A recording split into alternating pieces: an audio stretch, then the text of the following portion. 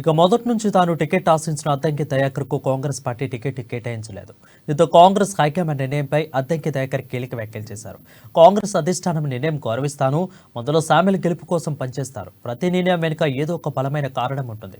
నా మద్దతుదారులు, కార్యకర్తలు అధైర్యపడవద్దు, ఎవరికి వ్యతిరేకంగా మాట్లాడవద్దంటూ కామెంట్ చేశారు. ఇక తుంగతుర్తి నుంచి మందల సామెల్కు టికెట్ ఇచ్చింది కాంగ్రెస్ హైకమాండ్. దీంతో ఆయన ఎన్నికల బరిలో నిలిచారు.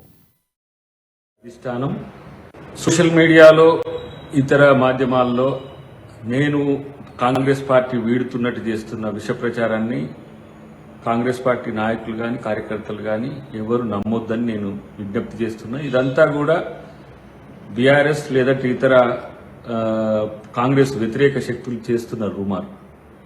ఈరోజు తుంగతుర్తి విషయంలో కానీ ఇతరత్ర అంశాల్లో పార్టీ అధిష్టానం ఎప్పుడు కూడా నాకు వ్యతిరేకంగా లేదు.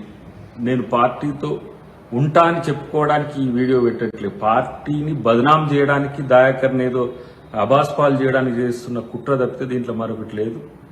ఇలా చివరికి ఇంతకు దిగజారిన పరిస్థితి బీఆర్ఎస్కి వచ్చిందా అని నవ్వొస్తున్నది చూస్తే.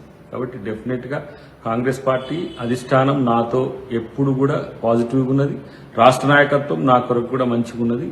పార్టీలో అందరినీ కలుపుకోపోయే విధంగా ఒక ప్రయత్నాలు జరుగుతున్న పరిస్థితుల్లో అందరూ కూడా సంయమనంతో ఉండాల్సిన అవసరం ఉంది.